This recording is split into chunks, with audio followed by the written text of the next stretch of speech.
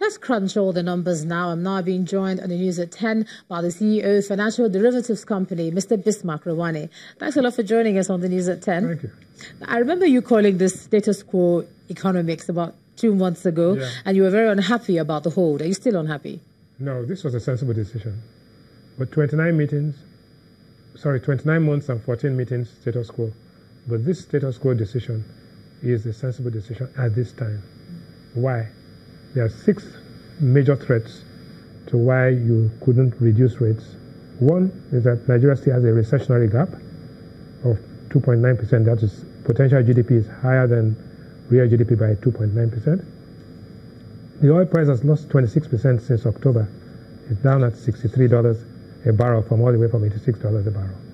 The oil revenues of the country could easily drop to about $9 billion a quarter from around $12 to $16 billion a quarter now. External reserves cumulatively has lost about 13%, down to $41.6 billion. And the central bank governor alluded to this. There are capital flow reversals that are taking place, but they are being contained. And the Naira pressure is building in the foreign exchange market. So for these reasons, the risks are elevated. However, there are 3 good things that have happened. One is that inflation marginally went down this month. The terms of trade have actually improved in our favor to 26.9, and money supply is growing quite tepidly. But if any of these things were to change, then you would have a problem. Now, what is the impact? This is good. You know, the governor was talking about how does it impact on you as an individual? Because usually when these figures come out, to the average person out there, it's like, how does that change the amount of money in my pocket? This year has been really difficult. A lot of people haven't had as much money as they've had in the past. No. You know, so. Well, here's the good. See, there are 3 categories of Nigerians. One is a worker. We categorize those guys as suffering and smiling. The second part are the middle class, which is so-so.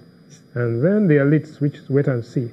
In all cases, you'll find that their situation today is just slightly better than it was, but they are vulnerable.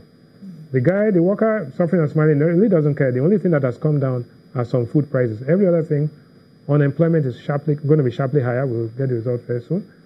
House rent is flat, and medical bills are flat. For the guys in the middle class, everything was flat. No, so it's just waiting to see. And the other guys, the affluent guys, apart from school fees that have gone higher, travel tickets have come down because of the winter discounts, and the other things are flat. How can unemployment be coming up? We know with all the Empower and all the... No, I'm going to come back to that. Okay. But there are 6 items that we looked at on prices of food between 2016 and 2018. Of these 6 items, 4 fell. The good news is that of these 4, palm oil fell by 40%. It was 16,500 in 2016. It's now 10,000 naira. Chicken and turkey went from 1,400 to 1,200, down 15%.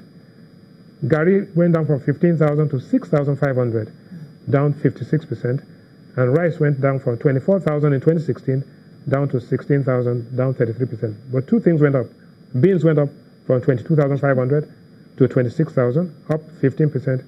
And tomatoes has gone up by 50% all the way to 80,000. Now, what's going to happen next? What's going to happen next is this. The unemployment data is going to come out on December 7th. That data, in our judgment, will go up to at least 22%. That will be the highest level in a long time. So you probably have about 13 million people unemployed. The budget will be passed, it's a modest budget.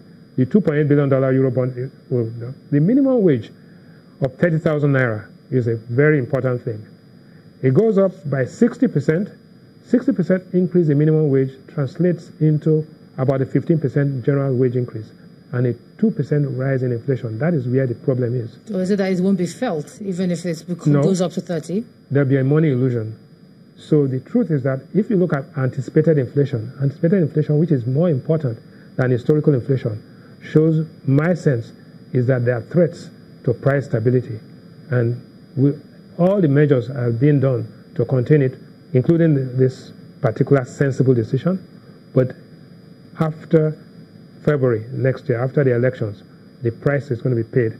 And you see the Naira pressure will continue in the foreign exchange markets. Generally speaking, sensible decision. Impact is muted at this time. We'll pay the price down the road after the elections because in times of politics, what is politically expedient may not be economically rational. Thank you so very much, CEO of Financial Derivatives Company, Mr. Bismarck Rewane, for analyzing that for us on the News at 10 tonight. Thank you.